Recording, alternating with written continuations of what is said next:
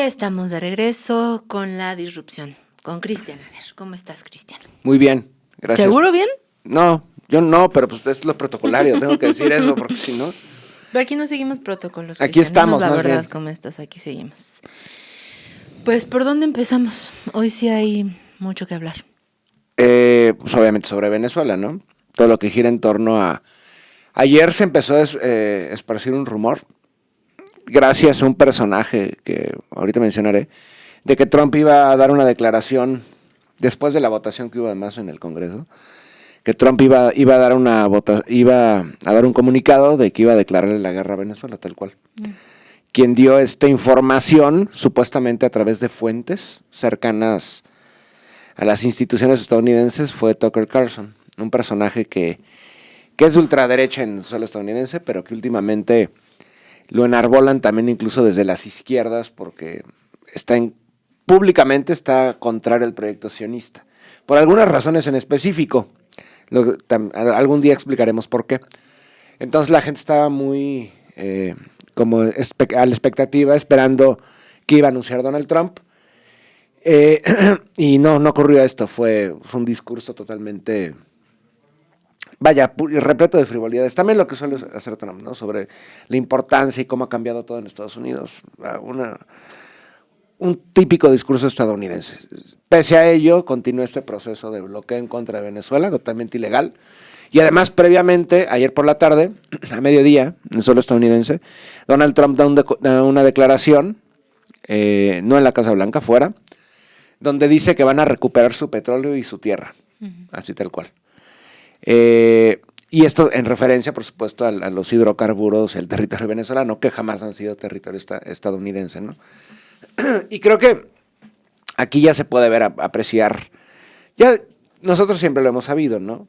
Pero que por supuesto toda esta narrativa del narcoterrorismo, del Tren de Aragua, del Cártel de los Soles y demás, es totalmente una farsa. Lo que se busca son los recursos de Venezuela, no nada más el petróleo, hay más, y que esta es una guerra imperialista colonial, tal cual, una agresión colonial como lo ha sido en contra de Venezuela desde finales de los 90, desde el ascenso de Hugo Chávez Frías, hasta el periodo de Nicolás Maduro Moros, ¿no? Entonces, eso digamos es lo principal, y todas las reacciones inmediatas también, ¿no? En especial la del cobarde gobierno de Gustavo Petro en suelo colombiano, lo cual también, qué bueno que ocurra allá, porque confirma lo patético que es, defendiendo su pellejo de alguna manera, ¿no? De la misma usanza que Boric.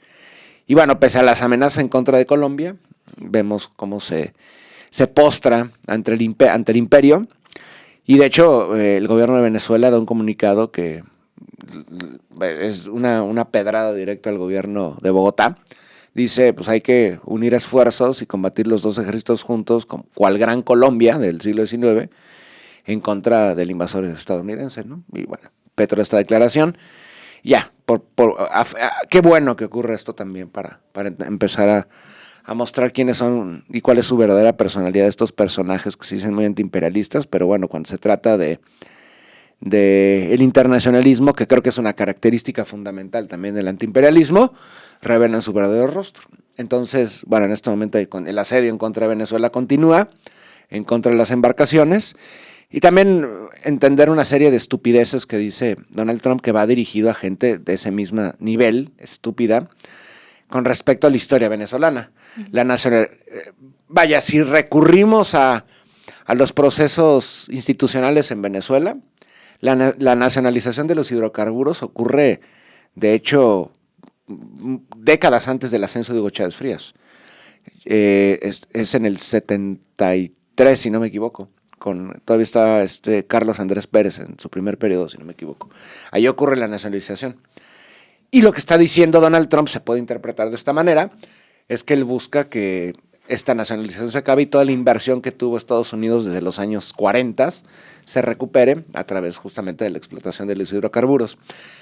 Hay otra narrativa digna también de estúpidos y de imbéciles que dicen, no, es que Estados Unidos no requiere petróleo, tienen mucho petróleo. Sí, por supuesto, tienen mucho petróleo. Pero si la gente no sabe cómo se han dado los últimos reservorios, las últimas reservas de petróleo que tiene Estados Unidos, se han extraído en primer lugar desde suelo estadounidense a través de fracking. lo cual es cada vez más problemático porque se está agotando y porque, por ejemplo, en suelo estadounidense cada vez hay más protestas en contra de este método de perforación y de extracción, que de hecho, no sé si recuerdan en el periodo de Barack Hussein Obama, que hubo múltiples manifestaciones en suelo estadounidense por este proceso, por el fracking, y también en suelo canadiense además, ¿no? Digo, expandiendo un poco el contexto norteamericano. Ahora bien, en torno a eso, porque es importante el petróleo de Venezuela, el fracking, el petróleo que se extrae de fracking es mucho más ligero, ¿ok? El petróleo que se extrae de Venezuela es un crudo pesado, digamos, mucho más fino, por decirlo de alguna manera, ¿no? Más bueno, la carga de hidrocarburos es mayor. Es infinitamente más abundante el petróleo que existe en Venezuela que el que hay en Estados Unidos. Y además, la infraestructura por parte de Estados Unidos, que es a través de las empresas petroleras, no nada más serviría a Estados Unidos a ese hidrocarburo, sino también para sus aliados, incluso satélites europeos, pero también el ente sionista. ¿Me explico? Uh-huh. Entonces, ¿a qué voy con esto? Lo que Estados Unidos busca, en primer lugar, son varias cosas que las hemos repetido aquí en diversas ocasiones. Los hidrocarburos es una de ellas, no es la única. Estamos hablando también de los recursos minerales, desde el oro hasta de las tierras raras y demás, riqueza en el subsuelo venezolano. Pero fundamentalmente lo que busca Estados Unidos es acabar con cualquier intento de disidencia y emancipación en Sudamérica. Y el principal foco de insurgencia en contra del imperio en Sudamérica es Venezuela desde finales de los 90, ¿ok? Y por ende también evitar que potencias antagónicas al imperio a nivel global o en distintas regiones se acerquen a Venezuela para contrarrestar al imperio. Entonces, fundamentalmente busca 4 cosas. 1, eso, evitar cualquier foco de emancipación en América Latina, ¿no? Y más con este proceso de doctrina Monroe, con esteroides. 2, evitar que otras potencias antagónicas se vinculen a los procesos internos en América Latina. Llámese Rusia, llámese China, la República Islámica de Irán, etcétera, etcétera, ¿no? 3, los hidrocarburos. 4, los minerales. 5, el agua potable. Y 6, que bueno, el orden de los factores no altera el producto, la posición estratégica que tiene Venezuela, que se encuentra al sur del Caribe y prácticamente es el punto de acceso a Sudamérica desde el noreste del continente de Sudamérica, pero también desde el acceso al Caribe desde el sur, por el arco caribeño. Entonces, eso es lo que busca Estados Unidos. Todo este proceso de guerra en contra del narcoterrorismo y demás estupideces es creado justamente como legitimación. Es la misma excusa que utilizaron, por ejemplo, en contra del Irak de Saddam Hussein, que además Saddam Hussein era un ex empleado de Estados Unidos y sabían perfectamente que no tenía armas de destrucción masiva. Y bueno, esta fue la narrativa que inventaron. Pudieron haber sacado de un as bajo la manga otra cosa idéntica, ¿no? Igual de absurda. Pero bueno, también es para que sea magnificado por los medios, paralelamente las instituciones internacionales como el Comité del Nobel de la Paz, le da este premio a María Corina Machado, también para hacer una apología y santificar el proceso en contra de Venezuela, lo cual no sorprende tampoco. El premio Nobel ha sido así desde su fundación, funcional al imperio, anticomunista, antipopular y demás. Y lo que estamos viendo es justamente un proceso injerencista en contra de Venezuela, que Estados Unidos ha agotado todas sus opciones en los últimos 20 años, de toda índole: guerra paramilitar, sabotaje, estrangulamiento económico, guerra mediática, una guerra híbrida multidimensional, y solo le queda la agresión tradicional. Y es lo que estamos viendo, ¿no? Hace unos días en Retrovisor analizábamos esta reconfiguración en el mapa de América Latina sobre los retrocesos en los gobiernos progresistas, ¿no? Uh-huh. Decimos que con todo y los matices que podían existir,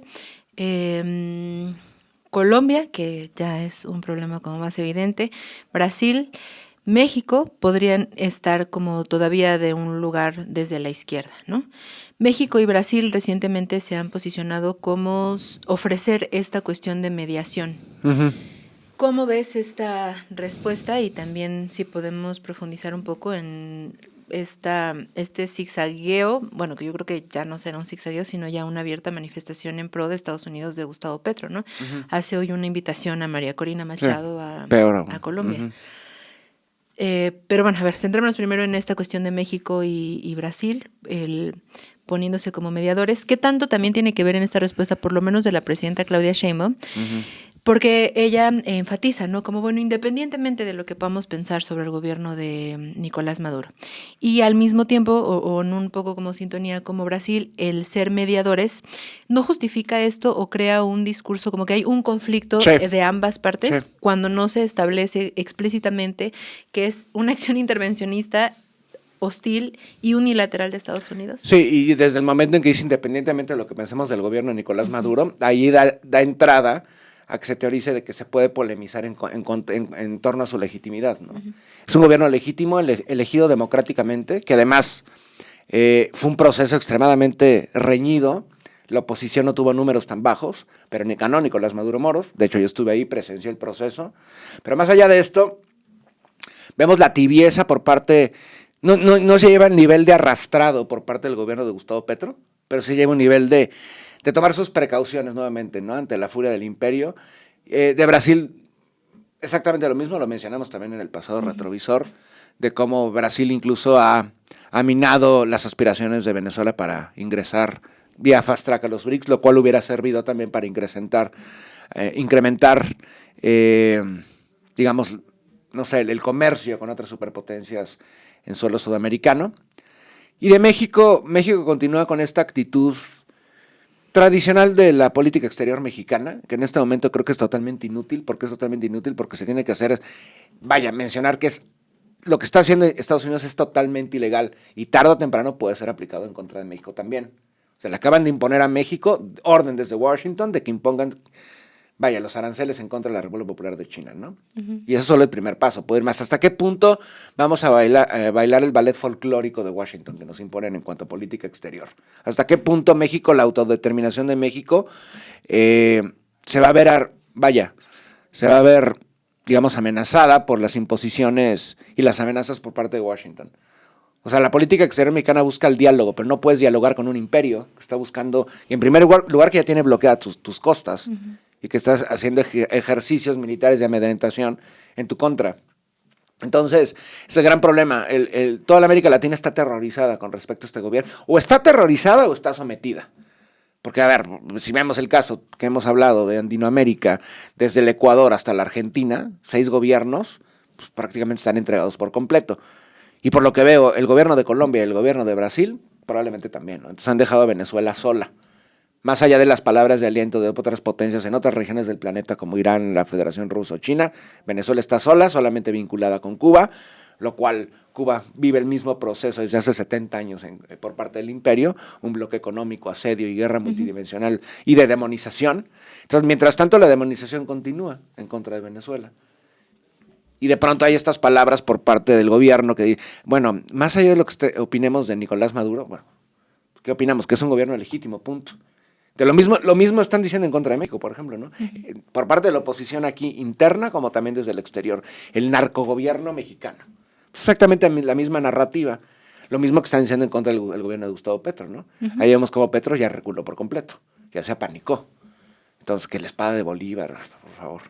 Entonces, ¿qué podemos decir, no? Que, en efecto...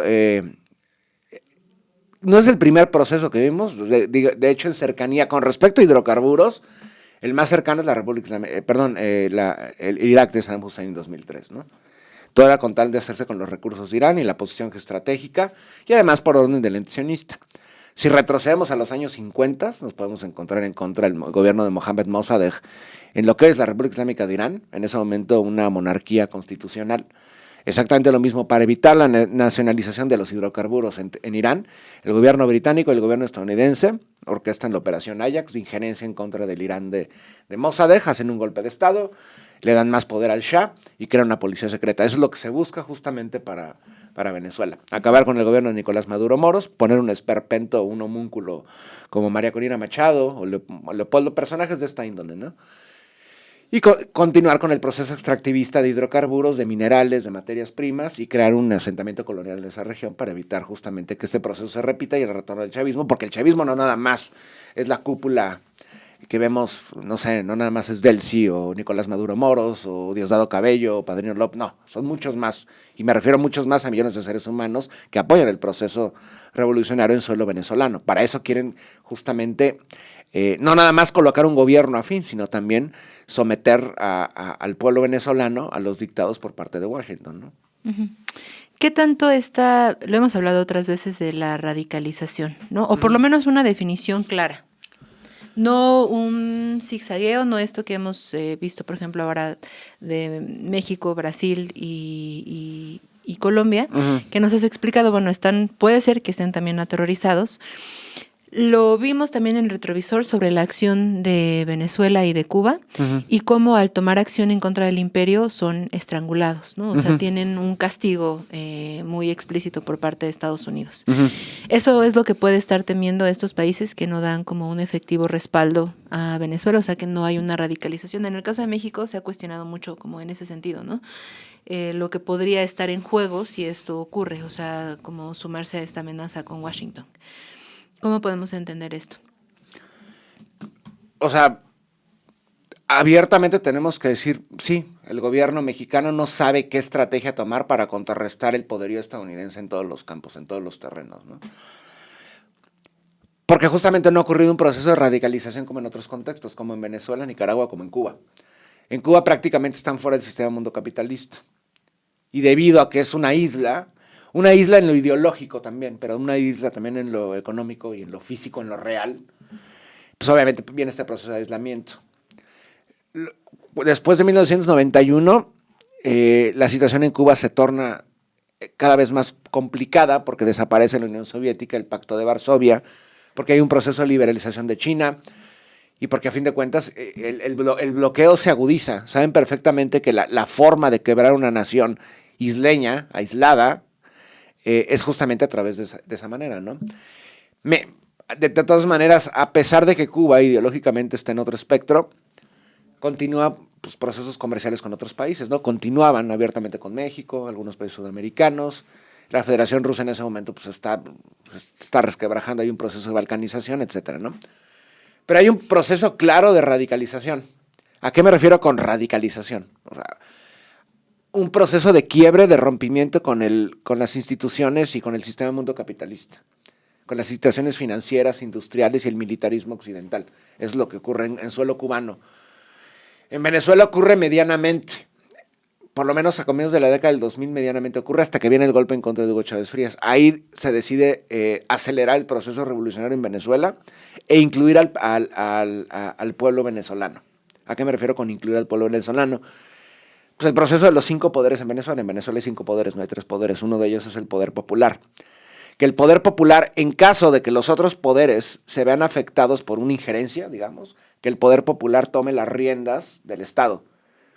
O sea, un poder comunal socialista, que Venezuela se convierta en un Estado comunal, socialista, chavista, y que de ahí justamente defienda pues, la última línea de defensa del pueblo venezolano, ¿no? Quienes son el motor de la revolución, quienes han votado por Nicolás Maduro Moros, quienes restablecieron el gobierno de Hugo Chávez Frías después del proceso de golpe de Estado en su contra en 2002, etcétera, etcétera, ¿no? ¿Qué ocurre en México? En México surge un modelo institucional, a partir dentro de la democracia liberal, surge un partido que se define como un frente amplio, que históricamente lo ha identificado como izquierdas, pero que involucra diversos grupos, algunos antagónicos a lo que se consideraría izquierda socialdemócrata en suelo mexicano. Que a pesar de que han surgido estos conceptos de humanismo mexicano y demás, bueno, a través de Andrés Manuel López Obrador, ideológicamente no pasa a un proceso antisistémico. ¿A qué me refiero con esto? Un proceso antisistémico que implica anticapitalista y antiimperialista. Dejémoslo en antiimperialista. ¿Cuándo escucharon decir a López Obrador en la mañanera, vamos a ir en contra del imperio, el antiimperialismo mexicano? Nunca. ¿Cuándo han escuchado a Claudia Sheinbaum decir, vamos a tomar las riendas de un proceso distinto en México y lo vamos a hacer un proceso antiimperialista en contra del imperio? Jamás. No va a ocurrir. En el momento en que tú estás subordinado institucionalmente a la democracia liberal, también estás subordinado a todos estos conceptos y categorías que se generan institucionalmente dentro del capitalismo y la academia y los medios y demás, a la misma propaganda que a veces eres víctima. De ahí volvemos a lo mismo, las palabras de Claudia Sheinbaum con respecto Puede que no a alguien le guste o no le guste el gobierno de Nicolás Maduro. Desde ese momento estás invitando a que aquellos que no les guste traten de ponerse de acuerdo con los que sí les gustan para defender a Venezuela. Eso jamás va a ocurrir. Eso, si no ocurre con el gobierno de la 4T en México, menos va a ocurrir en contra del gobierno de a favor del gobierno de Nicolás Maduro Moros. Eso sí, eso jamás va a ocurrir, ¿no? Las instituciones en este momento a nivel internacional, el orden legal que se estableció desde el siglo XVII, bueno, en distintos procesos, desde la Paz de Westfalia, se ha derrumbado por completo. Nada funciona ya, todo está en función de un imperio decrépito que está dispuesto a hacer lo que sea, nótese lo que estoy diciendo, para reafirmar su poder en todo el planeta, principalmente en América Latina, que es su centro de expansión primigenio. Lo que está diciendo en contra de Venezuela, en la narrativa por parte de Trump, concretamente lo que mencioné hace unas horas, que dijo que tenían que ir por su petróleo y por su tierra, esa narrativa la utilizaron hace 150 años en contra de México. ¿Cómo lo utilizaron? Personajes como James Polk y demás. El México católico atrasado de mestizos e indios, no estoy citando textualmente, pero más o menos era así, no puede aprovechar los beneficios que aquella tierra de Texas, Nuevo México, Arizona, California les está dando. Nosotros tenemos la misión gloriosa por la divina providencia de aprovecharla. Viene la invasión a México, esa es su justificación entre lo secular y el fanatismo religioso, porque también tiene un ingrediente religioso. Lo mismo va en contra de Venezuela. Pero aquí ya ni siquiera hay un factor religioso. Es simplemente el poder por el poder. Soy el más fuerte, me voy a hacer con esos recursos, ¿no? Entonces, la narrativa de Estados Unidos no ha cambiado en los últimos 150 años. Mientras tanto, en México, porque así funciona México también sexenalmente, y también se vislumbra Estados Unidos a partir de los cuatrienios, los periodos de 4 años, estamos esperando que para los siguientes años venga otro gobierno más benévolo con México y con otros países. Es lo que estamos esperando, es lo único, que termine el periodo de Trump, nada más. ¿Qué va a ocurrir? No va a ocurrir nada, el imperio siempre ha sido igual. La segunda administración Trump es un parteaguas para que esto se convierta en la norma, en la normatividad a nivel internacional.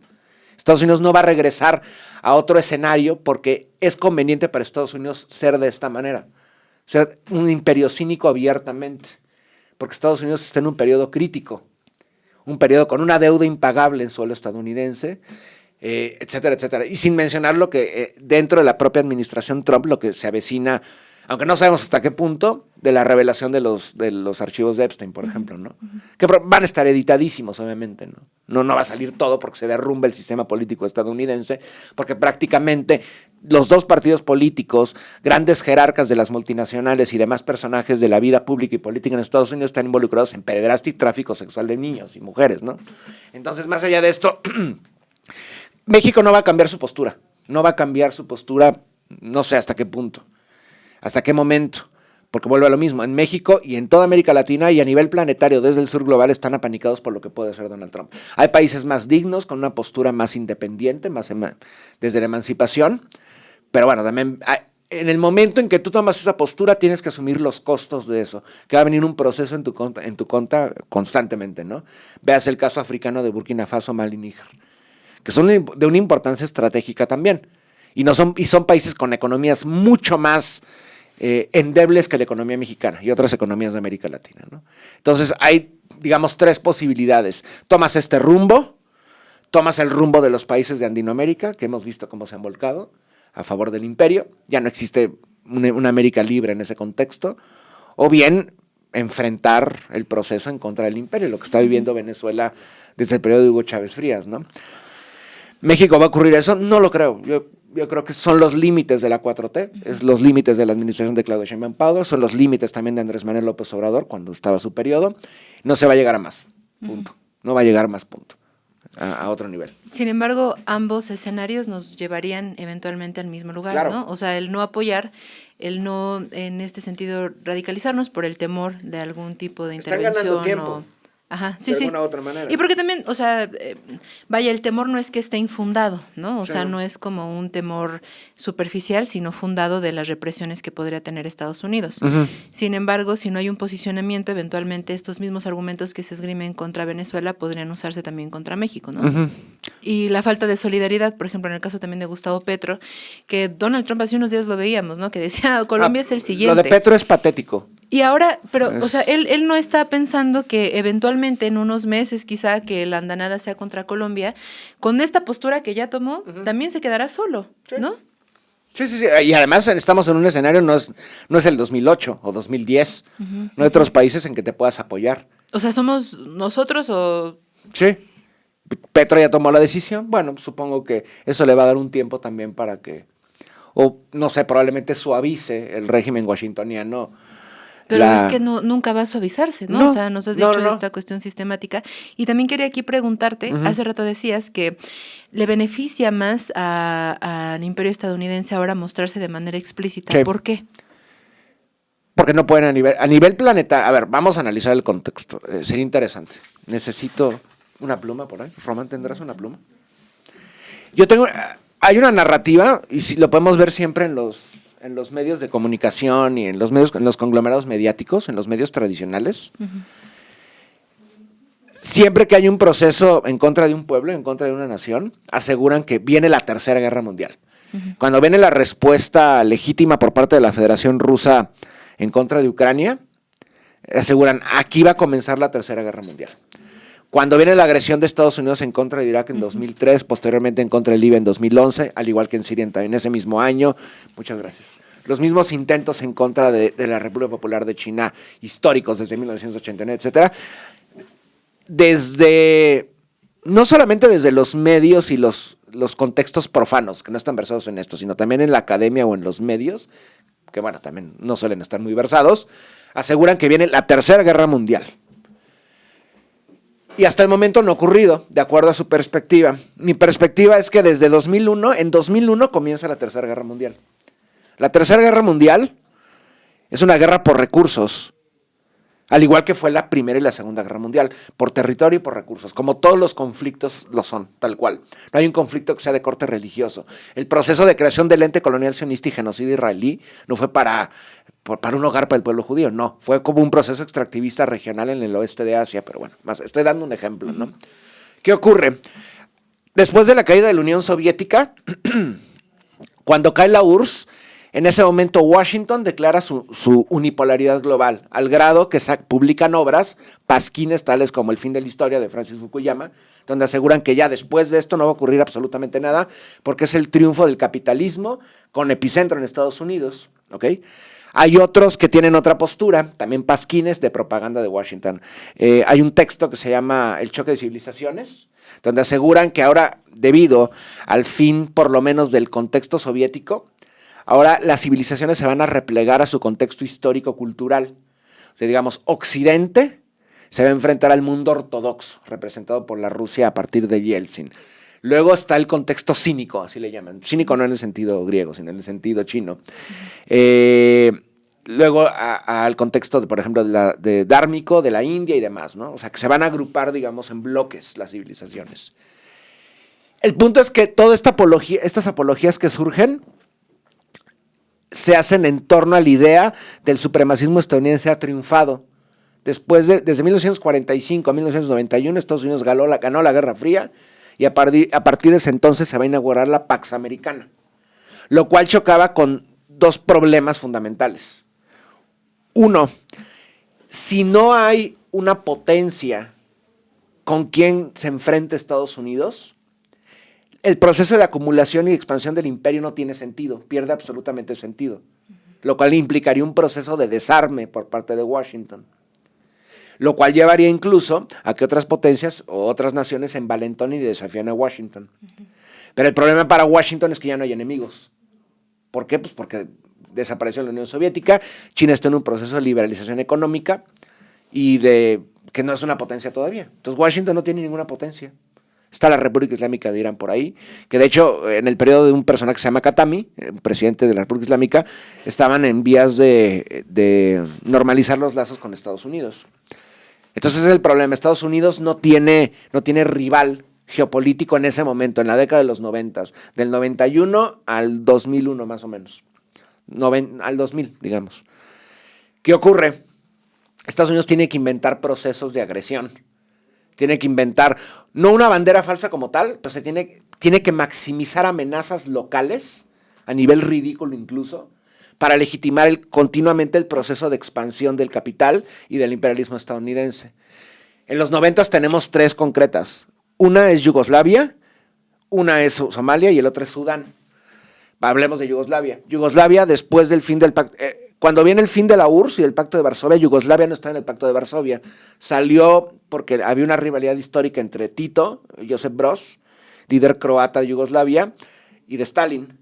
Entonces está el modelo yugoslavo, que era distinto. Viene el fin de la Unión Soviética, el Pacto de Varsovia, y Washington empieza a alentar los procesos más bien lingüísticos y religiosos de balcanización, en los Balcanes. O sea, se inventa una guerra, necesita inventar guerras, lo mismo en contra de Somalia, lo mismo en contra de Sudán. Pero sin embargo, esto no sirve para justamente justificar los enormes gastos militares en suelo estadounidense, ni para realizar aventuras de extractivismo petrolero de hidrocarburos en todo el planeta. ¿Qué tienen que hacer? Lo ocurrido en 2001. Lo que ocurre en 2001 es un acto de bandera falsa. Fue totalmente estratégico, planeado así, la monumentalidad y la exaltación, digamos, de la explosividad televisada, ¿no? Tal cual. O sea, tenían que mostrar un ataque de una envergadura brutal, continental, para legitimar lo que se avecinaba, que es la guerra en contra del terrorismo, no narcoterrorismo, terrorismo. Entonces le declaran la guerra a los talibanes de Afganistán, que además ellos colocan, es el resultado de su guerra de guerrillas favorable al imperio estadounidense en los años 80 para acabar con la Unión Soviética en suelo afgano. Y entonces le declaran la guerra y aseguran que tienen a Osama Bin Laden, que además es parte de otro producto que es Al-Qaeda, ¿no? Entonces, ¿para qué quieren Afganistán como tal? Quieren Afganistán por recursos. Es, digamos, parte del entramado llamado Oleoductistán. Como tal, Afganistán no tiene mucho gas natural, no tiene hidrocarburos. Tiene minerales, tierras raras, pero nada más. La importancia es justamente controlar los hidrocarburos que pasen por ahí o que en un futuro van a pasar, y la producción de opio, tal cual. Es lo que necesita Estados Unidos. En parte, porque también le interesa estar en cercanía a Rusia y a China, ¿ok? Espero que me vayan siguiendo. Esto va a ser largo, pero necesito explicar. Sí, Afganistán tenía, por lo menos en los 80, fronteras territoriales con la Unión Soviética, los países de Asia Central, Tayikistán, Uzbekistán, Kazajstán, ¿no? Ya en los 2000 es un asunto distinto. Tiene, frontera con los países centroasiáticos, no con Rusia, porque ya se separaron y ya no solo está la Comunidad de Estados Independientes. Pero al oriente hay un pequeño corredor que se llama el corredor del Huacán. El corredor del Huacán te lleva entre Pakistán y Afganistán, te lleva directamente a China. Para eso es la presencia de Estados Unidos en la región, para tener cerca a la Federación Rusa y tener en la frontera hacia el oriente a la República Popular de China y hacia el sur, en el Hindu Kush, a Pakistán y la India. Para eso es la guerra con Afganistán. ¿Para qué va en contra de Irak? Para asegurar las reservas de hidrocarburos, para evitar cualquier proceso de emancipación por parte de los pueblos árabes y para que Saddam Hussein no se le salga de control. ¿A qué me refiero con que se le salga de control? Saddam Hussein fue su cliente, su empleado durante los años 80 en que van en contra de la República Islámica de Irán. Lo mismo que Noriega en el 89 en suelo panameño. Pero ¿a qué voy con todo esto? Este proceso tiene 3 fines en específico. 1, seguir justificando el enorme presupuesto militar estadounidense. Lo que llaman actualmente el complejo militar industrial, por decirlo, ¿no? Que le pueden agregar, de hecho, cosas, ¿no? El complejo militar industrial, financiero, bancario, mediático, farmacéutico, lo que le quieran agregar. Eso en primer lugar. En segundo lugar, la acumulación de materias primas, hidrocarburos principalmente, pero a partir de la década del 2010 también, por ejemplo, el litio o las tierras raras, superconductores, y también para las baterías del nuevo modelo verde y demás tonterías que van a inventar, ¿no? Ok, lo que está ocurriendo con Venezuela es la síntesis de todos estos procesos que han ocurrido. Es una guerra por recursos, es una guerra geoestratégica por control territorial y de materias primas, en este caso en el Caribe, no en el oeste de Asia, o en el Hindu Kush o en el centro de Asia, pero exactamente lo mismo, tiene esa función especial.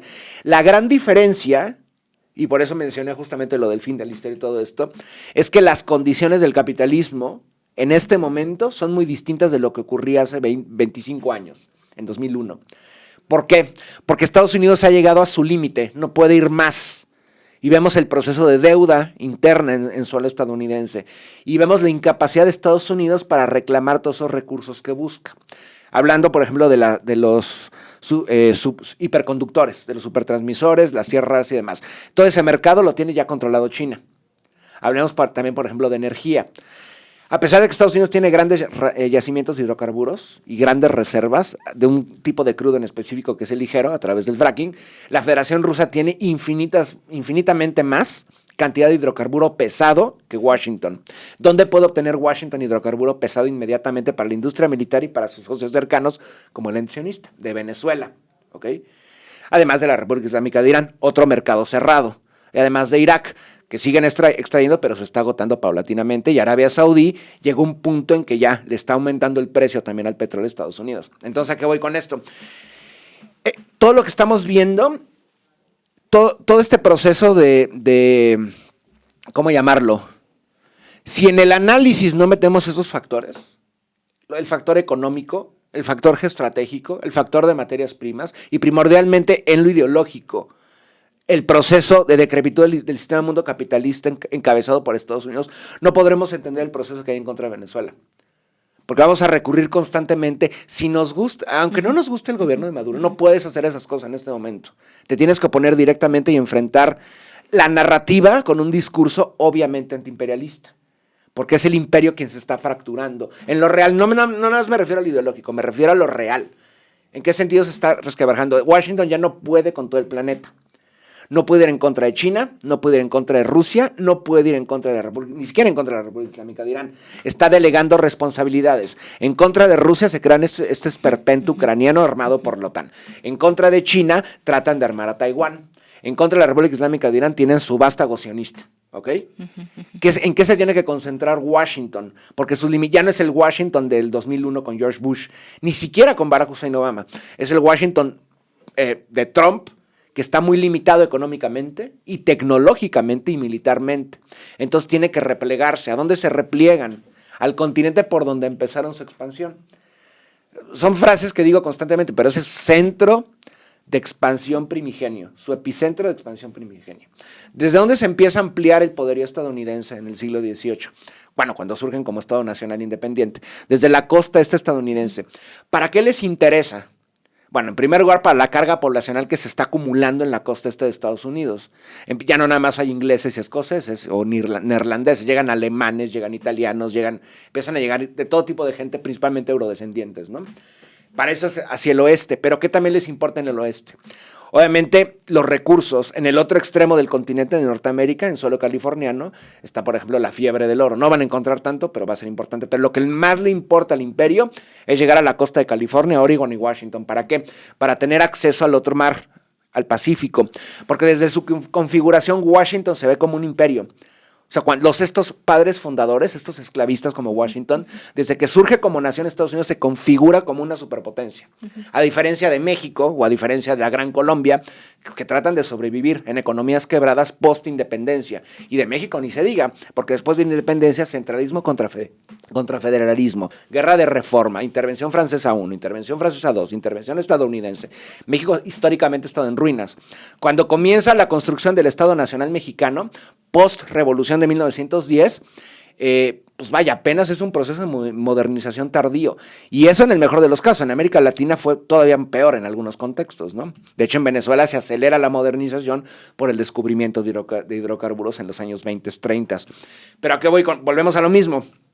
Washington ya no puede tener ese poder que tenía hace 20 años. Es que es imposible hacerlo. ¿Por qué es imposible? Porque el crecimiento no puede ser ilimitado, no puede ser infinito. Estamos en un planeta con recursos finitos. Por eso reciclan conflictos constantemente. Lo que estamos viendo en contra de Venezuela es un refrito de lo que han hecho en contra de Siria, en contra de Libia, en contra de Irak, lo que intentan hacer en contra de China, en contra de Rusia, etcétera, etcétera. No hay ni siquiera una idea original. Ahora ya no es en contra del terrorismo, es en contra del narcoterrorismo, pero no es ninguno de los casos, porque Washington es el terrorismo y es el imperialismo. Ahora bien, en esta narrativa totalmente dialéctica y materialista, ¿qué tenemos que hacer para enfrentarlo? Uno, hay dos formas. Resistes en unísono, resistes en completa soledad, como probablemente ocurra con Venezuela, porque Cuba no está en condiciones de apoyar y no hay países que intervengan directamente, o dos, buscas una unión de cualquier manera. No puede ser una unión militar, pero buscas una unión en el discurso, una unión en la narrativa, y justamente buscas apoyarte en los países, aún entre comillas, libres de América Latina, de tu región, con una historia similar de enfrentamiento y de resistencia frente al imperio. ¿Cuáles son esos países? Brasil, Colombia, México. ¿La han encontrado en Brasil, Colombia, México? Por supuesto que no. Ni de Claudio Sheinbaum, ni de Gustavo Petro, ni de Luis Ignacio Lula da Silva. Punto. De Boric ni digo, porque está más enfocado en sacar sus cosas del Palacio de la Moneda, ahora que va a ocupar el puesto un nazi. Entonces, esto que estamos viendo no es por democracia y estas estupideces. La democracia, ese concepto que enarbola Washington constantemente, es una pinche abstracción. No hay realmente una democracia como un ente. La democracia se construye. Y lo que han hecho en Venezuela es construir la democracia desde finales de los 90, que ha costado mucha sangre también y mucho esfuerzo para el pueblo venezolano, porque los han estrangulado económicamente, al igual que Cuba, al igual que Nicaragua, al igual que en contra de Corea, al igual que Irán, etcétera, etcétera, ¿no? La casuística es infinita, ¿no? Y creo que por simple solidaridad y sentido común, lo que ha ocurrido en México, la historia moderna de México de los últimos 200 años, bueno, desde que México es México, nos indicaría que debemos solidarizarnos aún más con Venezuela. ¿Por qué? Porque, bueno, tendría que decir el historial de procesos en contra de México por parte de Washington. Lo tengo que mencionar otra vez. Nos quitaron más de la mitad del territorio, nos humillan en este momento. En este momento hay cacerías humanas de mexicanos y de centroamericanos y sudamericanos en suelo estadounidense. Necesito más. Y estamos esperando a salir bien librados del periodo de Trump. A mí se me hace patético también eso. Y se me hace patético lo que hace el gobierno de Colombia y lo que hace el gobierno de Brasil. Entonces, por lo menos, no digas, aunque no nos guste el gobierno, no. Es un gobierno democráticamente electo. Te ahorras estas palabras y apoyas con todo, por lo menos en la narrativa y en el discurso, al gobierno de Nicolás Maduro Moros, porque es el gobierno legítimo del Estado Bolivariano de Venezuela. Nada más. Por eso, nada más. Porque tarde o temprano lo que están haciendo van a hacerlo en contra nuestra. Porque el imperio necesita territorio, el imperio necesita mercado, el imperio necesita recursos. Muchos volvemos a lo mismo. Pero con los hidrocarburos que tienen es suficiente. No es suficiente. Porque estamos hablando de una obscena maquinaria imperialista y capitalista. El sueño totalmente guajiro y delirante de Washington es poder equiparar en industria a China. Obviamente no lo van a hacer, pero ¿cómo ellos creen que lo van a hacer? Acumulando hidrocarburos y materias primas. ¿O se creyeron esta cantaleta de que la nueva energía es la energía verde del litio? Pues por supuesto que no. Necesitan seguir utilizando hidrocarburos para la producción incluso de vehículos que funcionan a base de litio. Entonces, vuelvo a lo mismo. Esta es una guerra en contra no nada más de Venezuela, es en contra de los pueblos. Lo que ocurre es que en el continente, en la América continental, Venezuela y Nicaragua son los únicos países que aún resisten. Más allá de esto, pues, ¿qué podemos decir? ¿Qué podemos esperar? Espérense un año, tal vez la agudización en contra de México aumente y vamos a tener que estar pidiendo solidaridad también en otros contextos para apoyar pues, la resistencia que va a surgir en México, ¿no? Tal vez no ahora, tal vez no en el periodo de Claudio Sheinbaum, pero es inminente que esto ocurra, porque el imperio tarde o temprano vuelve estas mecánicas y estas dinámicas, ¿no? Por supuesto, y bastaría pensar en toda esta propaganda que se ha hecho también contra México, lo que ya mencionabas hace un momento del narcoestado, ¿no? Uh-huh. Cómo se empieza a configurar y probablemente si eso ocurriera en nuestro país, también recibir de otros países que dijeran, bueno, no sé si apoyar a ese narcoestado de Claudia Sheinbaum, ¿no? O el presidente que estuviera. Ahora, Nader, ya hace un momento nos decías y nos adelantabas que probablemente el gobierno mexicano no cambiará o no inmediatamente una postura, ¿no? Ojalá, me puedo equivocar. Yo supongo, a ver, tú cómo lo ves, que también cierta presión social probablemente podría modificarlo. ¿Crees que esto puede ocurrir? Y sobre todo también a la luz hace ratito que hablábamos con Irma, de lo mediático y la propaganda tan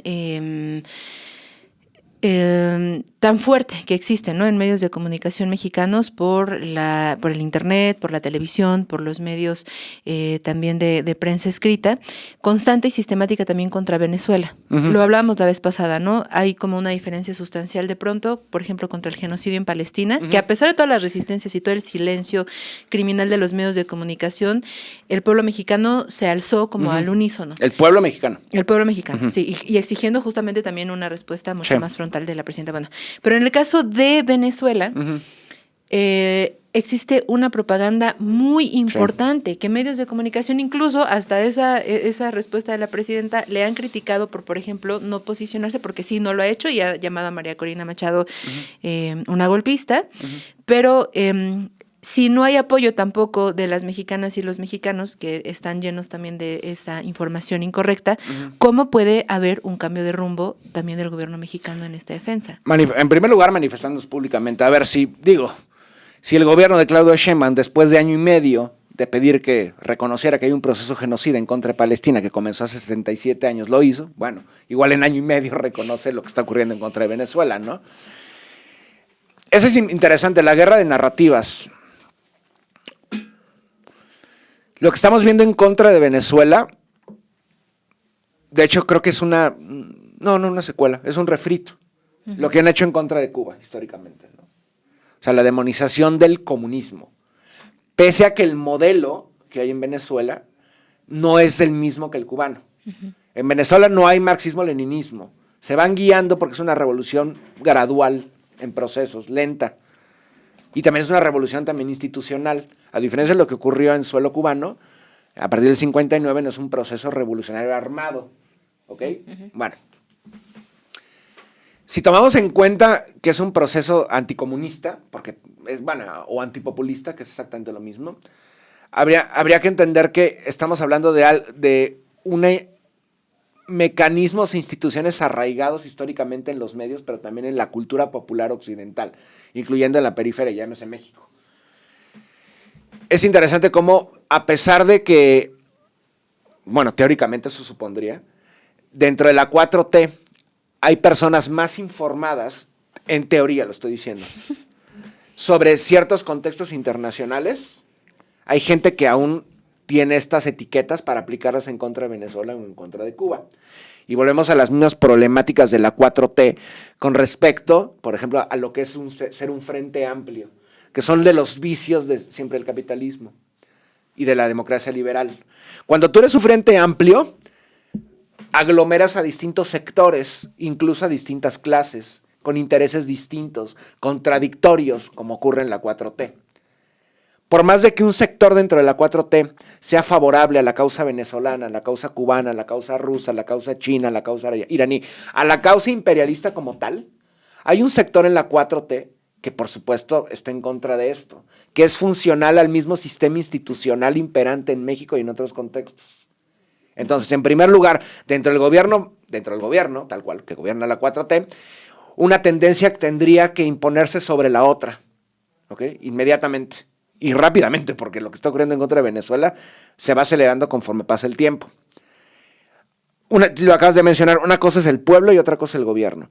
Históricamente, no sé por qué ocurra, tal vez por cercanía, no lo sé, no, porque es interesante, a veces, tal vez el exotismo y la lejanía hacen que nos interesemos más por ciertos procesos. Por ejemplo, contra Palestina, o contra China, o contra Rusia, contra Irán.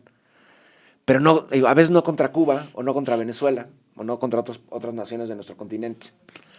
Puede ser que la cercanía lo veamos como algo que es propio y que, ya lo resolverán ellos. No sé, algo extraño, raro de las dinámicas, no sé, populares en América Latina. Pero lo que está ocurriendo en contra de Venezuela, y que también se podría aplicar también para Cuba, por ejemplo, es que están aprovechando justamente esta tradición anticomunista o antisocialista, antipopulista, si lo queremos llamar así, en América Latina, inserta en los medios, pero también en la academia, y inserta también en los partidos tradicionales, para no mover ni un dedo en contra de Venezuela. Pero a ver, es interesante. Si se logró derribar la jásvara, la apología, la explicación favorable del sionismo a nivel global, que no se pueda hacer en la guerra narrativa en contra de Venezuela, no me lo creo. Claro que se puede hacer. De alguna u otra manera ha habido un desinterés por parte de ciertos sectores, digamos, en resistencia en México con respecto a Venezuela. Pero también creo que no ha habido tal nivel. Hay históricamente en el Senado, por ejemplo, en el Senado y en la Cámara de Diputados hay grupos de apoyo a Venezuela. Siempre los ha habido, ¿no? Aunque también hay un lobby, un sector que es contrario a Venezuela, obviamente, ¿no? Pero en este momento, dado que la 4T gobierna, pues dirías que el lobby a favor de Venezuela es mucho más importante, ¿no? Entonces, en torno a esto, creo que volvemos a lo mismo, sería mucho más sencillo si existiera una tendencia, una postura ideológica antiimperialista públicamente por parte del gobierno, que no va a ocurrir, porque el gobierno está pues, nos encontramos institucionalmente en eso, en la democracia liberal. O parecido, por ejemplo, el Partido Comunista en Chile, ¿ha hecho algo por Venezuela? Absolutamente nada. Nada. El mismo Partido Comunista venezolano es totalmente funcional al imperio. O sea, con honrosas excepciones que salieron de aquel Partido Comunista que se movieron al Partido Socialista Unido de Venezuela, o al Polo Patriótico, que es la coalición que gobierna Venezuela. Uh-huh. Entonces, creo que sería mucho más sencillo si ideológicamente se declaran internacionalistas, en el sentido internacionalista, no que internacionalista de un proceso internacional que estudió relaciones internacionales, no, marxista-leninista internacionalista, o por lo menos antiimperialista, desde cualquier otra perspectiva. En ese momento creo que las cosas serían mucho más sencillas, pero no va a ocurrir. Por parte del Poder Federal, por parte de la presidencia, no creo que ocurra. No necesariamente no tiene que ocurrir por parte de Moreno o del PT o los que conforman la 4T. Alguien ahí en la 4T podría declararlo abiertamente, somos antiimperialistas. Y que evidencie qué sectores dentro de la 4T son no favorables a Morena. Del PAN o del PRI no me extraña, obviamente. Claro. Digo, el PRD ya no existe. No me extraña nada. Pero que dentro de la 4T hay estas posturas, tampoco me sorprende tanto, pero creo que una debe de contrarrestar a la otra. En este momento lo importante es la antiimperialista, porque seguro tienen una escuela de cuadros. Creo que deben ahí privilegiar justamente las posturas soberanistas, antiimperialistas y solidarias con toda nuestra América, porque tenemos que ir en conjunto. Y volvemos a lo mismo, estuvimos esperando que miraran hacia el sur desde el periodo de Andrés Manuel López Obrador. Lo más que miraba hacia el sur, pues, no ocurrió, y no ha ocurrido con Claudia Sheinbaum, ¿no? Volvemos a lo mismo, el pánico que resulta el proceso de decrepitud terminal por parte del imperialismo estadounidense. Es interesante, por mantener a raya a Trump, estamos abandonando a los nuestros. Los nuestros no son los gringos. Los nuestros están allá al sur y en el Caribe. O sea, no podemos. La historia de América Latina se escribe en conjunto. No se puede resistir solo. ¿No lo han entendido durante 200 años? ¿No lo ha entendido Gustavo Petro? No puede ser tan patético este sujeto. Es que, en verdad, o sea, sabía que podía ser ruin, pero no llegar a este punto. Invitar a María Corina Machado. Es una golpista. O sea, en fin, bueno. No me extrañaría de Álvaro Uribe, o de Santos, o de Duque. Pero bueno, entonces no vengas con esta narrativa antiimperialista de pronto cuando, dependiendo si el sol está, no sé, si estás en Capricornio o en Aries, porque parece que así es el humor de Petro, a la perspectiva de Petro. El tipo también está panicado de que tengan una amenaza en contra de Colombia, obviamente, ¿no? Uh-huh. Entonces, bueno, creo que las cosas serían más fáciles, por lo menos más honestas, si te declaras antiimperialista. ¿Eres o no imperialista? Aquí es muy sencillo, A o B, no hay otra opción. Uh-huh. ¿Qué va a hacer el gobierno de México? ¿Lo mismo que Colombia? Bueno, porque luego van por ellos, ¿eh? Claro. Pero también este camino antiimperialista debe tener efectos prácticos, ¿no? O sea, no solamente es teoría, lo hemos hablado también en otros espacios sobre las políticas públicas, el romper también con la oligarquía capitalista, que eso es un camino también complicado, ¿no? Pues en el momento... Pues el propio sistema económico, pues. Sí. No estoy diciendo que abandone el capitalismo, que tome una postura antiimperialista. Sí, está en el capitalismo porque es el modelo imperante. Lamentablemente aquí no hay un proceso para que vayan en contra de esto. O sea, ni paulatino ni inmediato. No va a cambiar eso. Son pocos los países anticapitalistas a nivel global. China tiene este modelo mixto, de hecho. Aunque, bueno, sigue siendo comunista. Bueno, marxista-leninista en la producción interna, por ejemplo, ¿no? Que además, a fin de cuentas, todas las fábricas que están en China son parte del Estado, las controla el Estado. Pero además, son economías planificadas. Pero es que es increíble que ni siquiera se pueda planificar la economía en México, ya ni siquiera a nivel sexenal, precisamente porque no están en la... Vaya, no sabemos qué podría ocurrir la próxima semana con el gobierno de Washington. Uh-huh. ¿Qué va a querer? ¿Qué cuota de sangre va a exigir Washington ahora? Entonces, ¿qué haces ante este escenario? Sigues en esta línea y tarde o temprano te van a dar una estocada, cuando menos lo esperas. O bien, paulatinamente te vinculas a otros mercados. ¿Meterle aranceles 50% a China? No. Tratas de crear polos de desarrollo conjuntos. Y no nada más a China, buscas otras potencias. Ahorita Burkina Faso, Mali, Níger están buscando infraestructura, por ejemplo, minera. Pues México la tiene, hasta cierto punto, ¿no? Vas y, vaya, dentro del mismo capitalismo, está dando ideas, no sé. A ver, Nader, ya finalmente, ¿qué podemos esperar? Hace 8 días, me parece, o el lunes, nos decías, si frente al genocidio no ocurrió una respuesta más allá de condenar enérgicamente los hechos, el genocidio continúa ocurriendo, sistemáticamente este ente genocida sigue evitando la entrada de suministros médicos, de comida también, ¿no? Ahora las inundaciones, por ejemplo, en Suelo Gazatilla, el frío además. Sí, en este invierno. De allí, por ejemplo, un comentario en redes sociales, ya ves que la imbecilidad hoy es un privilegio, decían que no, pero es que en esa zona hay desiertos, no pasan frío. Los inviernos en un desierto son terribles. A mí, en Jordania, que cuando piensas en Jordania piensas en Petra y dunas, ¿no? Ahí cae una nieve en el desierto, a mí me cayó una nevada y estábamos a -6. Ahora imaginen en Gaza, en tiendas de campaña, con el agua hasta las rodillas, con un invierno. O sea, digo, para que diga, el genocidio no ha terminado, el genocidio continúa. Entonces, ¿me decías? Sí, ante esta situación ya se cruzó una línea de horror, de impunidad por completo de Estados Unidos. ¿Alguien podrá parar a Estados Unidos o qué? ¿O no? Creo que va a haber 2 factores. Una, sus propias limitaciones, sus propios delirios expansionistas a nivel global. Creo que, como veo el escenario en América Latina, va a ser muy difícil. Creo que viene un proceso de aislamiento muy fuerte, aún más en contra de Venezuela. A nivel planetario, ya los estadounidenses están mostrando cierto, digamos, sus reservas para ir en contra de China y Rusia conjuntamente. Por eso está este proceso de rearme del imperio colonial japonés. Que el Japón vuelva a ser la bestia que fue en los 30, que siempre lo han sido, ¿no? Aunque China ya no es la misma de los 40, obviamente, ¿no? China es una superpotencia a nivel global. También lo que está ocurriendo en Ucrania. O sea, el ridículo que está haciendo Washington y la Unión Europea. O sea, lo que está haciendo Washington es para salir bien librado de Ucrania, que no se vean como otro de los países derrotados. Porque Ucrania como Estado nacional va a acabar desapareciendo, no existe ya. Incluso la rapiña que se avecina por parte de polacos, húngaros, incluso de rumanos y moldavos para hacerse con territorio ucraniano. Si esto sigue así. Porque Europa, vaya, los tontos útiles, los estúpidos de Europa, los gobiernos, principalmente Francia, Alemania y Gran Bretaña, están tratando de todavía empujar más a Ucrania, ¿no? Para que al final no quede absolutamente nada de Ucrania. Ucrania va a acabar siendo un camellón, tal cual, ¿no? Un parque. Entonces, es lo que hace Washington, delegando responsabilidades.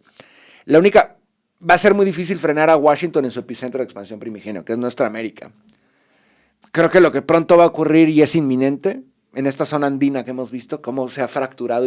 Por cierto, vean el cartón que es bellísimo, de Jerjes, espectacular ese cartón, de los mejores, yo creo que el mejor del año, podría ser, ¿no? Que Andinoamérica agarra la forma del Führer, del Hitler, tal cual, ¿no? Creo que no tarde en ocurrir en solo Bolivia, porque conocemos quién gobierna estos países, qué cúpulas gobiernan, en Bolivia, en Ecuador, en Chile, estallidos sociales, y ahí está, que es espectacular, ¿no? Bueno, ahí para hacer la mano el saludo imperial, Panamá, metieron a Panamá, aunque Panamá también se postraron, el gobierno de Panamá también se postró a Trump, ¿no? Pero qué lástima, qué bonito, qué gran cartón, pero qué lástima también, ¿no? En fin. Bueno, entonces va a ser difícil, creo que van a empezar a brotar movimientos de resistencia en América Latina, lo que hemos visto en los últimos 30 años, que aparecen. Estamos en medio de un plan Cóndor también, ¿no? Es un plan Cóndor a la usanza de golpe suave institucional. Y no creo que tarde mucho en salir la resistencia en solo chileno, en solo boliviano, pues porque conocemos también a personajes como Cast. O sea, lo que de hecho llegó muy envalentonado, no voy a expulsar a 600,000, 500,000 peruanos, bolivianos, paraguayos, africanos, haitianos incluso. Y de pronto dijo, sí, es que no tenemos suficiente capital humano ni potencial para expulsarlos. Y porque obviamente Chile, sin mano de obra barata, no tendría nada. Es una sociedad de 20 millones de personas. Lo mismo va a ocurrir en Bolivia, en Ecuador y está ocurriendo. Los gobiernos también sin legitimidad popular o con legitimidad a través de un grupo de clase dominante pierden sus alcances rápidamente, ¿no? Entonces creo que eso va a ocurrir. Hay que concentrarnos en defender la soberanía de Venezuela, por supuesto, ¿no? Porque Venezuela está dando la batalla, que es la diferencia. Ellos rompían. Y de hecho es increíble, o sea, la figura de Hugo Chávez Frías, o sea, no estoy diciendo que haya tenido poderes de precognición, pero son las herramientas que te da también el materialismo histórico, ¿no? Y la dialéctica. O sea, te dio el guión, te explicó esto hace 20 años, que esto iba a ocurrir. Incluso el concepto de narcoterrorismo que lo iban a utilizar. O sea, ese era la figura de Hugo Chávez Frías. Y esa es la importancia, ¿no? Tener una perspectiva, una visión distinta frente a un imperio que, vaya, está muy bien la doctrina Estrada, que quieran hablar con Trump y tratar de domesticar a Trump. No, eso no va a ocurrir. Estamos en una fase, en verdad, en la historia del planeta y la historia de la civilización, en que hemos llegado al límite, el capitalismo está llegando al límite, y el imperialismo por ende. ¿Qué no podrían hacer? ¿Qué no podrían hacer? Ven lo que han hecho en contra de Palestina. 200,000 personas, más de 200,000 personas, porque los dos son 40,000, en 2 años. Bombardear embajadas, invadir embajadas, bombardear lanchas de pescadores, argumentando que son narcoterroristas, en lanchas de pesca además, ¿no? Entonces, ¿hasta dónde no podría llegar el imperio? Ahora bien, para mí, desde mi perspectiva, la Tercera Guerra Mundial inicia en 2001. No es una guerra mundial a la usanza de la Gran Guerra, de la Primera Guerra o la Segunda Guerra. ¿Por qué? Porque las condiciones tecnológicas han cambiado mucho. Es una guerra de larguísima duración en contra de los pueblos. ¿Quién es el enemigo? Estados Unidos es el enemigo. Aquí no hay socios comerciales. Que por cierto, ese es un gran problema. México está así, por el cuello, a través del Telecán con Washington. O sea, nos tienen estrangulados económicamente. Y nos siguen jalando y jalando y jalando. ¿Qué más quieren? ¿También quieren el maíz? O sea, transgénico, forzosamente. ¿Quieren el espectro radioeléctrico? ¿Quieren digital, poder digital? ¿Qué quieren? ¿Qué más quieren? ¿Qué les vamos a dar? ¿Qué más les vamos a dar? ¿Qué más les vamos a meter 20% más de aranceles a China? ¿No están conformes con el 50%? ¿Hacia dónde va México como Estado nacional? Ese es el punto. Entonces, bueno, por lo menos creo que hay una perspectiva distinta en la 4T, espero que esa perspectiva se manifieste. Digo, puede ser muy ligera y muy tímida, pero que se manifieste, por favor. Porque lo que está viviendo Venezuela, no lo digo solo por Venezuela, lo digo también por México. Tarde o temprano lo va a vivir México, ya lo estamos viviendo, no tarde o temprano, lo estamos viviendo ahorita. Y en Washington, vean todas las declaraciones por parte de incluso los republicanos no tan cercanos a Trump. Hay que atacar México, hay que bombardear México, hay que bombardear los cárteles. ¿Hasta qué punto puede llegar Washington, no? Bueno, ¿hasta qué punto? Recuerden 1847, tuvimos que defendernos en Churubusco, en Lomas de Padierna y en Chapultepec. ¿Hasta dónde está dispuesto a llegar Washington? Y ahora ni siquiera tienen que desplegar tropas. La guerra dronizada se encarga de ello. Y eso está lidiando Venezuela. Por eso, gloria al heroico pueblo venezolano y que, pues sí, que viva Venezuela, ¿no? Que viva Venezuela. Vamos a leer algunos de sus comentarios. No vamos a poder leer todos, nos están dejando muchísimos. A ver, aquí nos dicen... Dice Marínez Bravo, Cristian, dice aquí también, a Comitzli, voy llegando a la noticiera, los veré desde el inicio. También aquí nos dice Francisco, no se ha aprendido nada de historias y siguen repitiendo las mismas pendejadas, nos dicen. Dice aquí, se me están yendo acá, dicen, ya nos cargó el payaso, dice Julián. Dice aquí también, no olvidamos a Palestina ni al Congo, Venezuela no está sola. También acá nos dicen, las temperaturas en los desiertos son extremas, pregúntale a los de Mexicali. También aquí nos dice Marínez, sí, la estupidez es ahora un privilegio, excelente definición. También aquí Mao dice, lamentablemente México es un peón más del imperio gringo, triste lo que digo. Aquí también nos dicen Cristian y Caro, muchas gracias por su esfuerzo por mantenernos informados. Ustedes no saben lo que hacen por nosotros los TQM. Muchas gracias. Aquí nos dicen también, bueno, dicen aquí totalmente. Ay, dice aquí también, pareciera que México es la nueva estrella en la bandera gringa. No.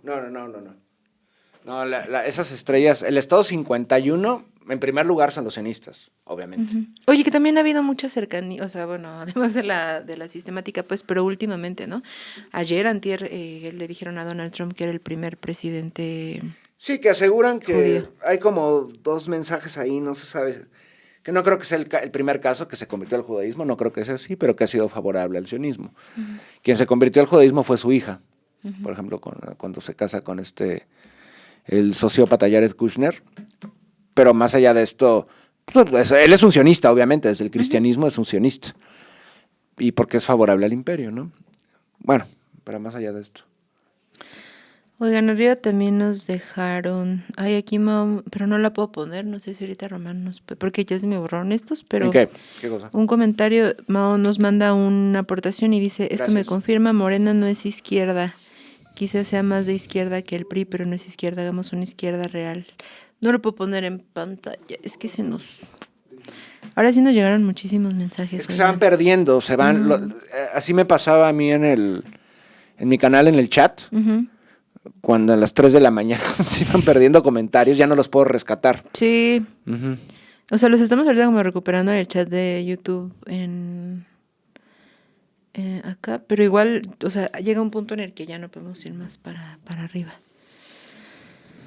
Dice aquí Ignacio, Estados Unidos no tiene razón de reclamar ni el petróleo ni la tierra, y los activos, la oposición se los ha puesto en charola de plata. A ver, bueno, perdón, seguramente pues sí, no vamos a leer todos, oigan. Dice, todos los pueblos están con Venezuela, apoyo total a Venezuela, México siempre estará del lado de la justicia. Bueno, pues, a ver, déjenme ver. Dice aquí, Carolina, no es necesario leer todos los mensajes, se debe seleccionar 1 o 3 inteligentes. Lo importante es escuchar al maestro Nader. Muchas gracias.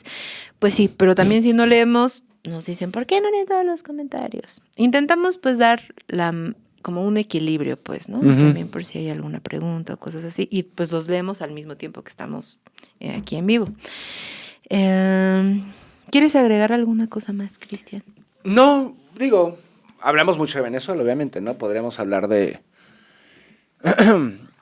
Creo que podríamos, igual lo vamos a extender en retrovisor, pero podríamos hablar del contexto general de las cosas como cierre de este 2025, cómo el mundo se ve asediado por este imperio que ya no tiene límite.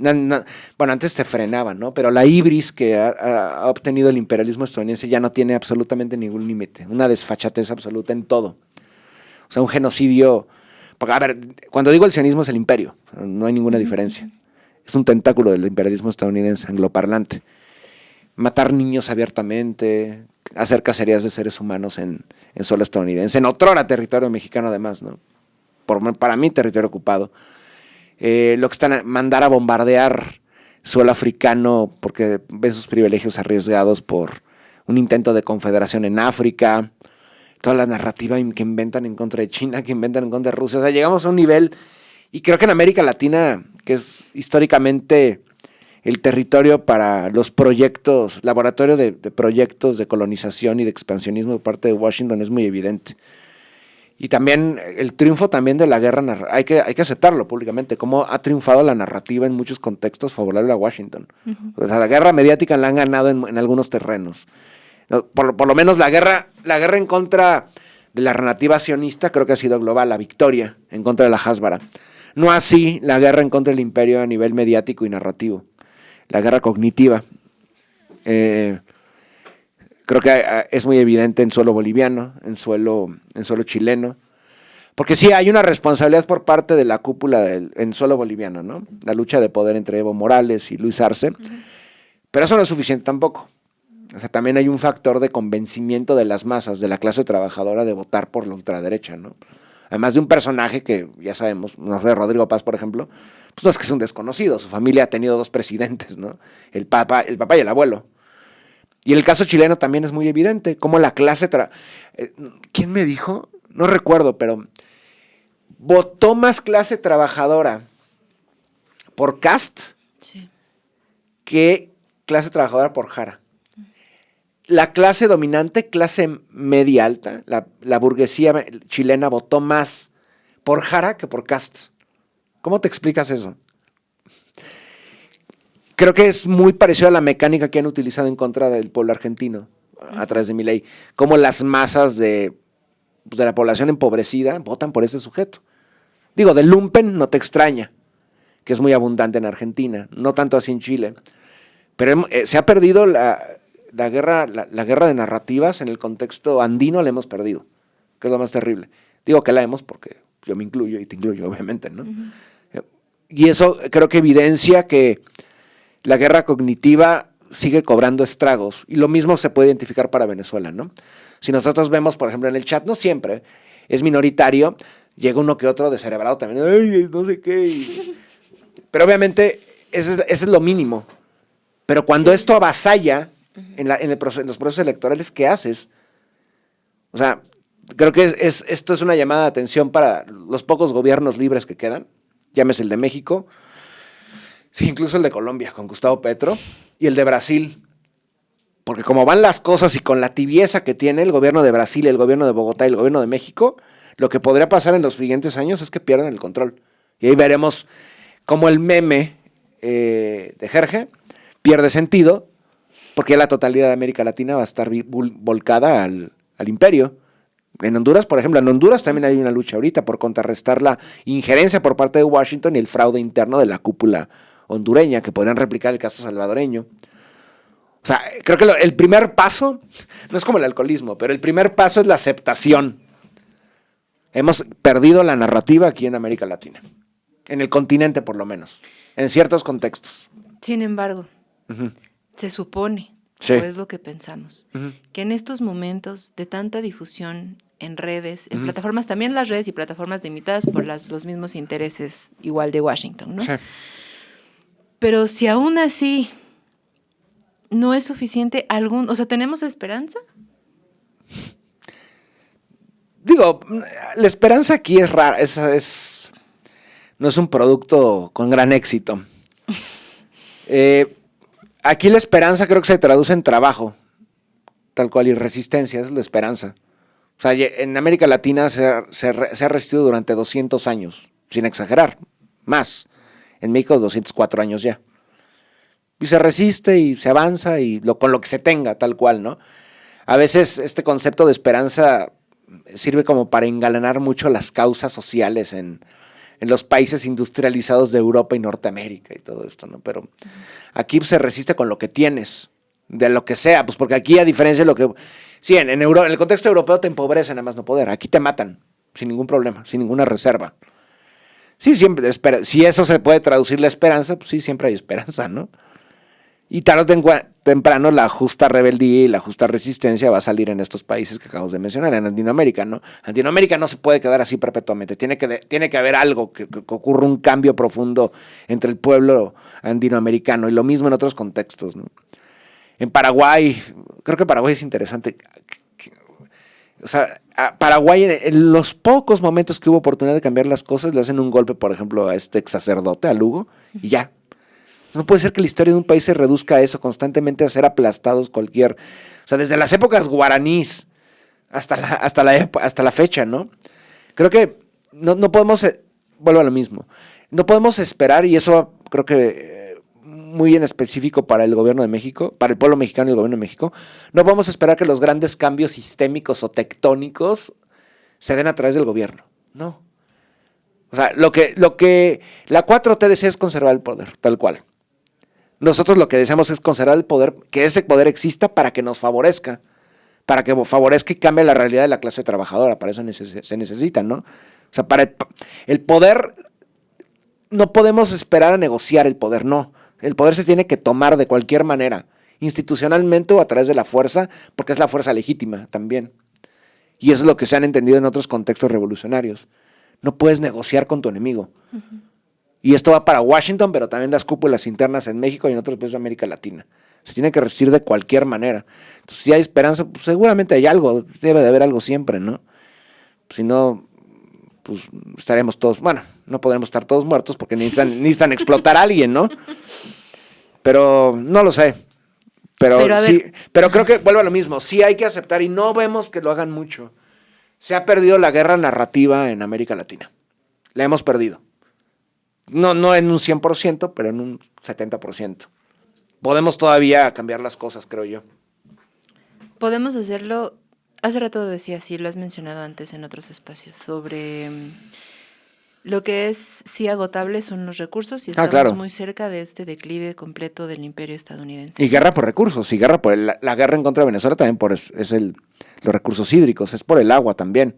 Uh-huh. Lo mismo que en Chile o en Bolivia, por el agua en el subsuelo, por el agua dulce. ¿Qué hay en Venezuela? Pues hacia el sur, el Amazonas.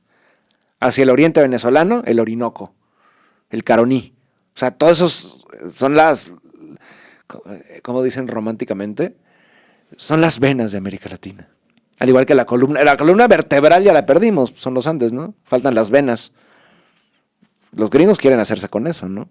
Y con los hidrocarburos, y con los minerales, y con el oro, y las tierras raras, y la posición privilegiada de Venezuela. Pues, lo mismo que quieren hacer en Chile con el cobre, con el litio, en Bolivia también, con el gas natural, con la plata mexicana. La plata mexicana está en manos también de unos cuantos, ni siquiera de mexicanos. ¿Ha notado eso? La 4T enfrenta a las concesiones mineras. ¿Por qué no le quitamos las concesiones mineras? No son a perpetuidad. Uh-huh. ¿Ok? Y es el Poder Judicial que lo haga ya. Ya me estoy yendo.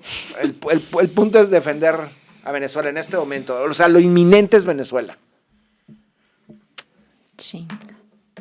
Otra vez ya lo perdí. Bueno.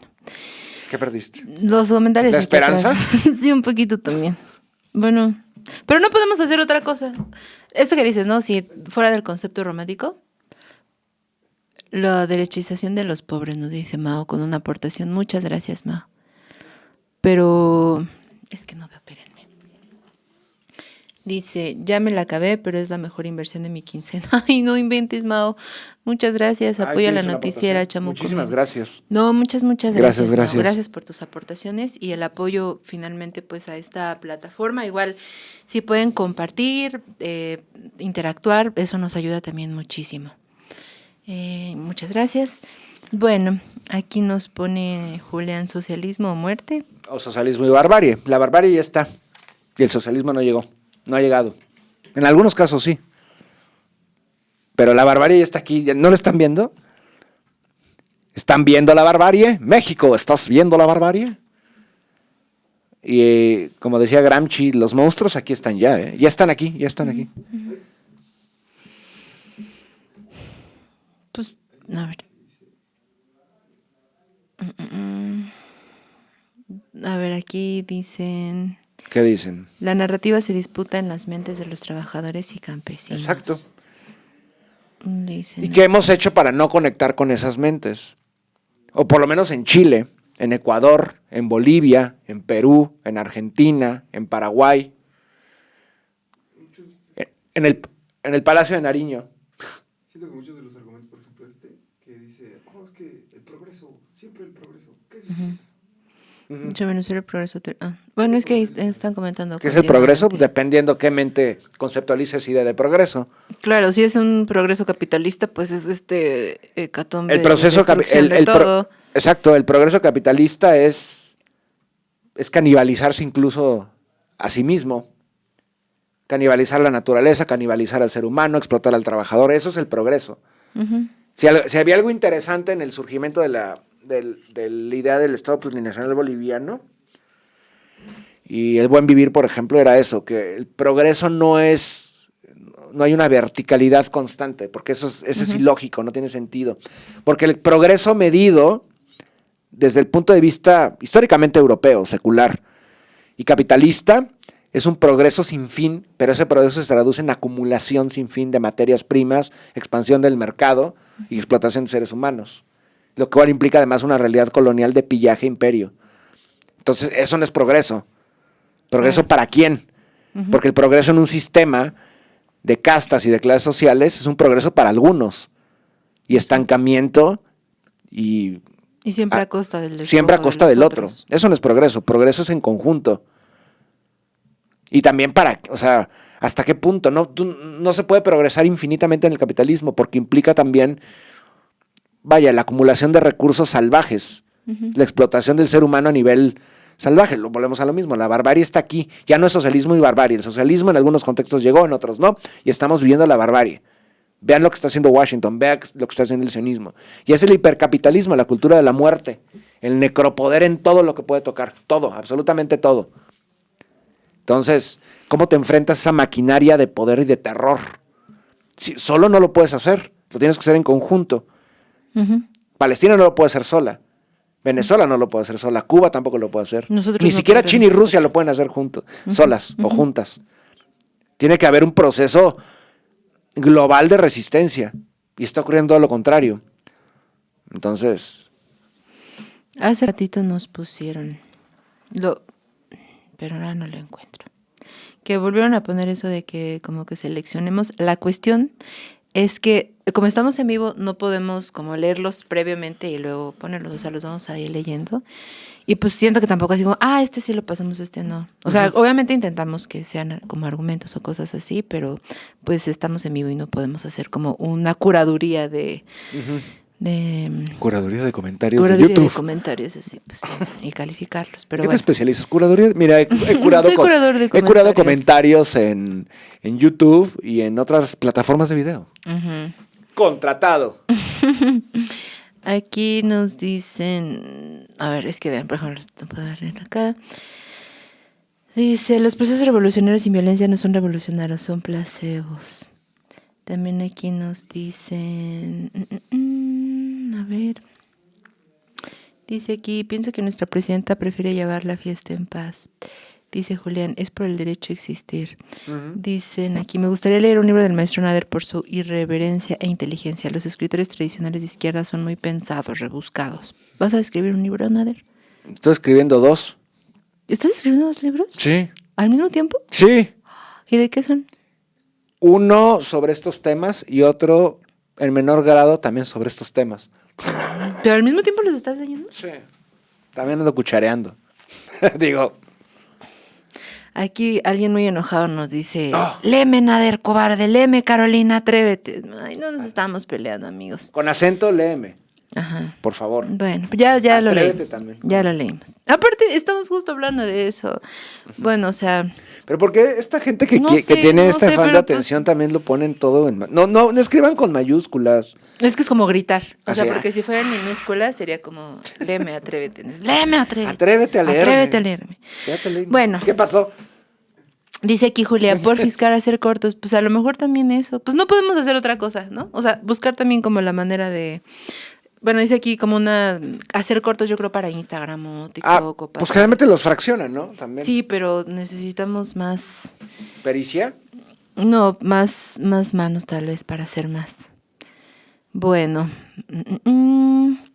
Aquí Jaime nos dice, maestro, ¿no será que la ignorancia política social del pueblo de Estados Unidos contribuye al razonamiento de sus presidentes? Sí, sin duda, sí. Mire, sino arriesgar a sus hijos en una guerra y solapar sus muertos por droga. No, y están muy, generalmente siempre dicen, la responsabilidad no es del pueblo estadounidense, muy respetable el pueblo estadounidense. No, también es responsabilidad del pueblo estadounidense.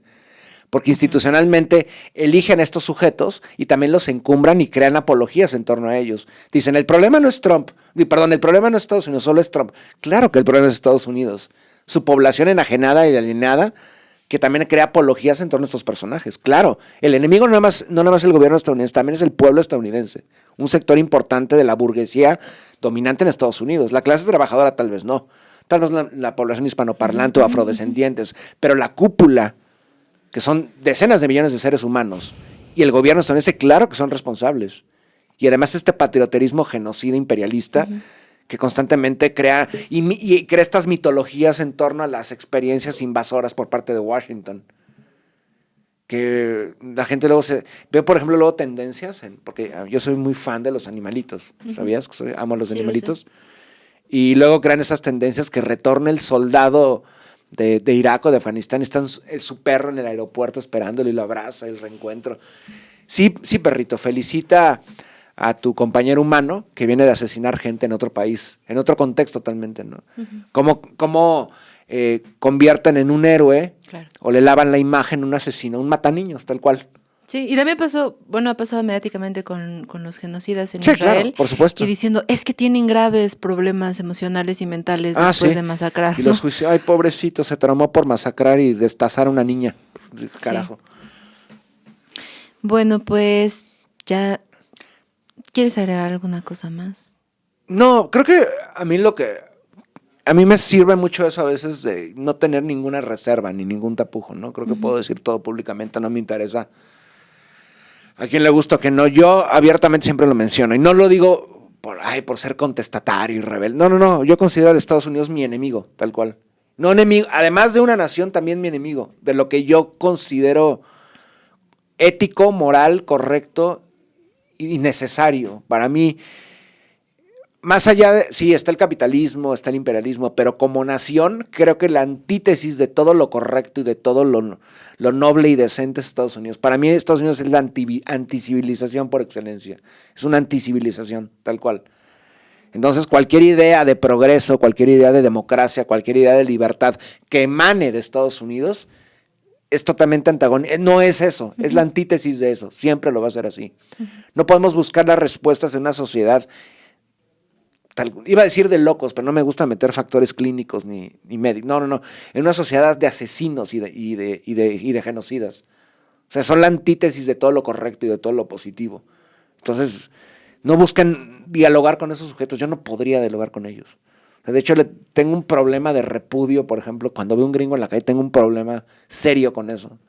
Tengo que controlarme mucho porque, digo, no sirve de nada también, ni en cuanto a catarsis, soltar toda tu ira o resentimiento frente a esto. Porque luego dices, ¿son resentidos? Claro que somos resentidos. Claro, yo soy un resentido. Pues sí. Yo nací furioso. Tengo 43 años de furia acumulada. Claro que estoy furioso. Entonces, no somos iguales. No todo el mundo es igual. No, yo no puedo ser igual frente a un genocida, a un asesino. ¿No? Y no pienso, yo desde mi perspectiva, aunque no tengo ningún cargo político, ningún cargo público, no pienso andar lidiando con asesinos. Yo inmediatamente rompería relaciones con ellos. Lo cual desataría una gran problemática en todo aspecto económico, político, social, migratorio, etcétera, ¿no? Pero yo no puedo mantener ningún lazo con un asesino. Por eso no tengo un cargo político, porque el cargo político generalmente, no siempre, pero generalmente involucra una hipocresía y tener que renunciar a tus principios e ideas. Entonces, te obligaría a decir sí, mediadores en un conflicto. Sí. No, aquí no hay conflicto, aquí hay una agresión por parte del imperio en contra de los pueblos, y en este caso en contra de Venezuela, y en otros casos en contra de todo el planeta, en contra de Palestina, en contra de Irán, en contra de Rusia, en contra de China, y no hay una posición imperialista rusa ni china, no han llegado a esa fase, ni van a llegar. Quien sigue siendo la principal amenaza a nivel planetario en contra de Venezuela, en contra de Nuestroamérica y en contra de todo el planeta, en diversos niveles, es el imperialismo estadounidense y sus consecuentes satélites europeos o satélites locales, llámese el ente sionista, etcétera, etcétera, ¿no? Bueno. Con esta nos vamos, firmo aquí. ¡Vámonos! Pero échalo a la cámara así, para que se vea. Alguien hace eso, ¿no? ¿Quién hace eso? Cuando termina sale así una animación de una hoja que se va. Alguien hacía así. Como algún gag ridículo que sea. Bueno, pues vamos a un cortecito, ¿qué te parece? Aquí te dicen gracias por ser sincero y sensato, maestro Nader. Gracias a ustedes por verlo, pero no soy sensato. Soy un insensato. La insensatez. ¿Muchos comentarios? Sí, pero bueno. ahora ya no los voy a leer porque dicen, no, ya está, bueno. No, bueno, amigos, ¿quién los entiende?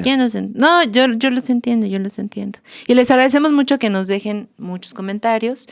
Eso también, pues, es lo que buscamos, ¿no? O sea, abrir como la conversación, el dar siempre ese paso para atrás y repensar lo que probablemente años de propaganda nos evitó hacer pensar. Y también por eso nos parece importante el chat, no es solamente un choro de que hay...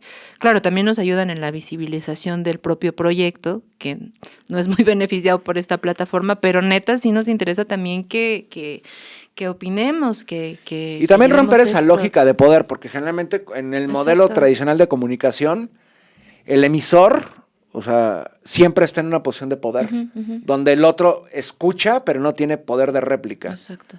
Y no hay ningún diálogo. Aquí hay un diálogo. Digo, es bien difícil porque son demasiadas personas, son demasiadas voces. Generalmente un diálogo es entre una o dos personas, o hay momentos en que se puede dialogar. No puedes dialogar directamente con 300 personas, pero puedes dar por lo menos un garbeo o una interpretación de lo que piensa la mayoría de la gente, ¿no?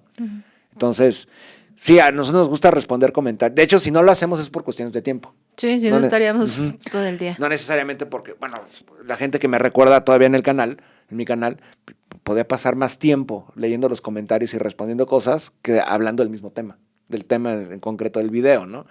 Pero es bien difícil eso a veces, no se puede. Pero también pueden llevar esas conversaciones a sus cenas familiares, ¿no crees? Ahora que va a ser Navidad. O sea, como yo la Navidad para mí es un problema porque siempre cada vez hay menos espacios donde me reciben. Entonces, tengan cuidado, pero siempre politicen cualquier reunión familiar. Y si es necesario, pues ni modo que De hecho, les recomiendo que polemicen posterior a la cena y posterior a los regalos, para que no los corran de casa de algún familiar antes de es lo que decíamos ayer, y si hay algún progenocidio, bloqueen a ese familiar. Exacto, que el cisma sea post-romeritos, o post-bacalao, bueno, no me gusta el bacalao, pero post-guajolote y post-romeritos. Y postre también, ¿no? Y postre. Ensalada de manzana. No me gusta nada de ¿No eso. te gusta la ensalada de manzana? No, pero me encantan los romeritos, y hasta cierto punto el pavo, el guajolote. Para que no lo sepa, en México se llama guajolote al pavo. Un animal domesticado por primera vez en Mesoamérica. Pero siempre aquí se le dice pavo. De hecho, ¿por qué? No sé por qué. No sé, ni idea. En fin, es el concepto ibérico, pero es guajolote.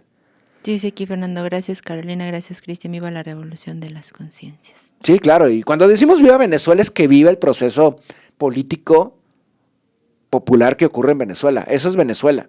O sea, Venezuela, por más de que esté Maduro bueno, Hugo Chávez Frías es otra cosa, ¿no? Pero Maduro o Diosdado o cualquier personaje, quien ha construido el proceso son los venezolanos. Una población que fue ignorada, el 80%, 90% de la población venezolana estuvo ignorada por siempre, no existían. Todo giraba en torno a la burguesía petrolera que se había generado desde los años 40 ahí, funcional al imperialismo estadounidense. Y es lo que no le perdonan a Chávez, jamás se lo van a perdonar.